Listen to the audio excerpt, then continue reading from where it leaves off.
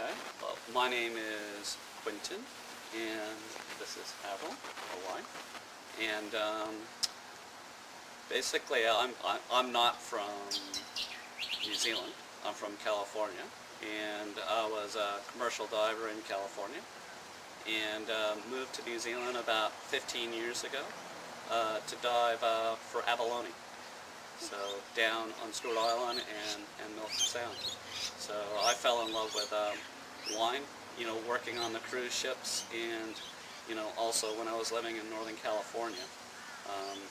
You might say I cut my teeth on California Cabernet and Syrah, and then of course I discovered Pinot Noir, right before I left.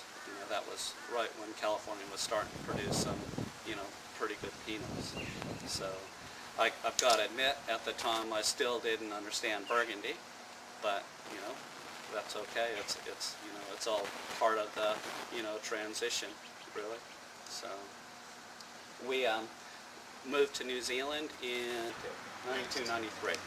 So at the time I didn't even know they made wine in New Zealand. So I remember the first wine I bought in New Zealand, it was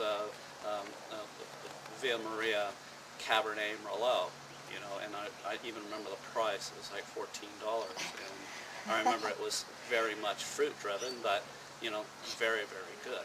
So and from there, I always dreamed about owning my own vineyard and possibly winery, but I never really thought it was actually going to happen.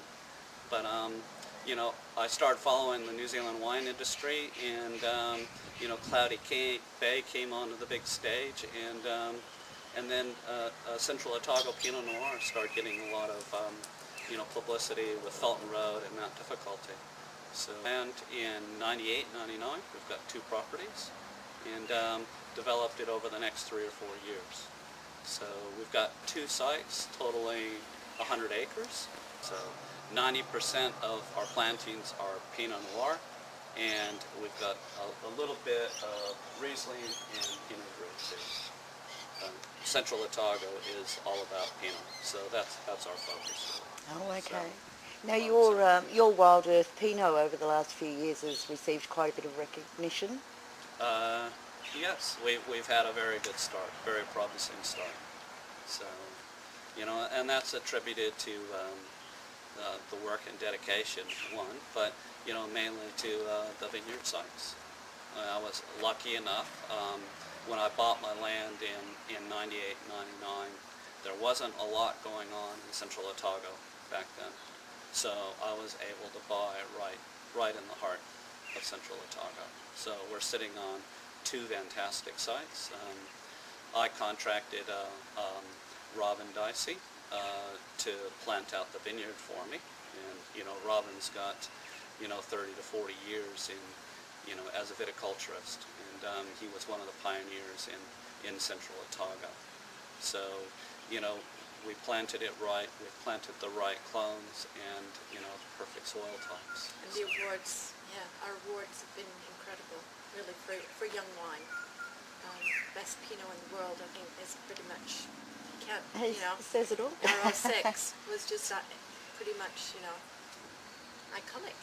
Yes, Well, become congratulations iconic, on hopefully. that. Yeah. So no, it's a very good start, but it's credit to the sites. The Pinot Noir is made in the vineyard. So of course our flagship wine is Pinot Noir, and the current vintage right now is 2007. And normally, the next vintage after winning all those awards in London with 2006, is sometimes a bit difficult, but I honestly believe that 2007 is the best wine that we've made today.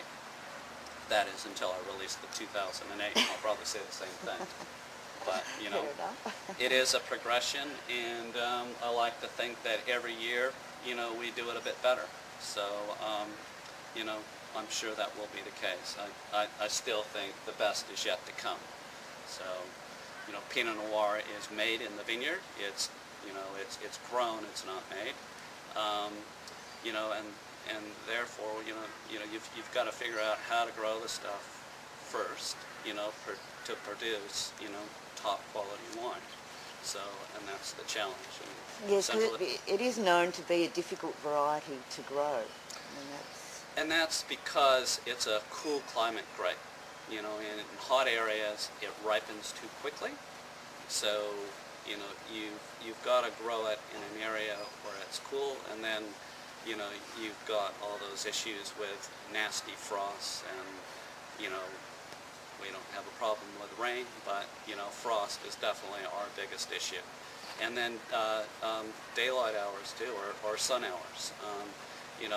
On a cool year, you don't get the growing season that you get on a hot year. So, I mean, that's where you have to get your crop levels right. So if you drop it too high, and then you have a short growing season, then you end up with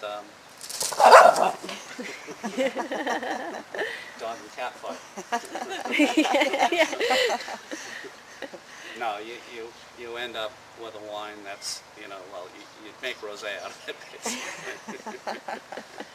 So, yeah, the 2007 vintage, it was a very, very challenging vintage, actually, because it was very cold. We had a very cold spring.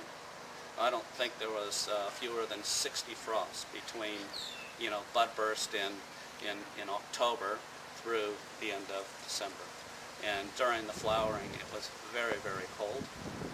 In fact, we had a white Christmas in 2007. Snow was down to about 600 meters in central Otago. At Christmas. And, yes. And so that severely affected our crop.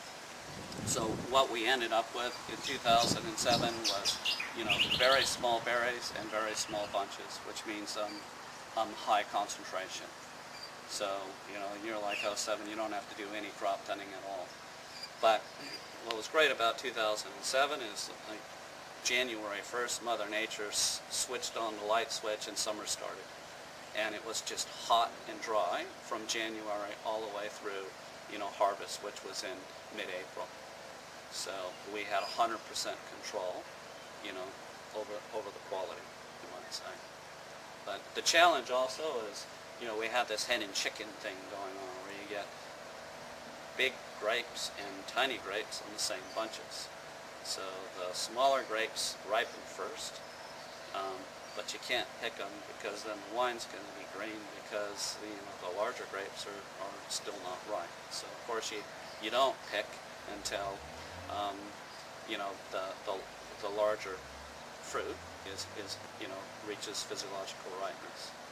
So so 2007 is quite a big wine. So, and it's done very well in New Zealand. Scored 94 points, I think, with Gourmet Traveler. So in Australia, Well so done, yes. it's done really well in Australia too. So. Okay. So we'll keep our eye on the Wild Earth Pinot. Thank you. Thank you.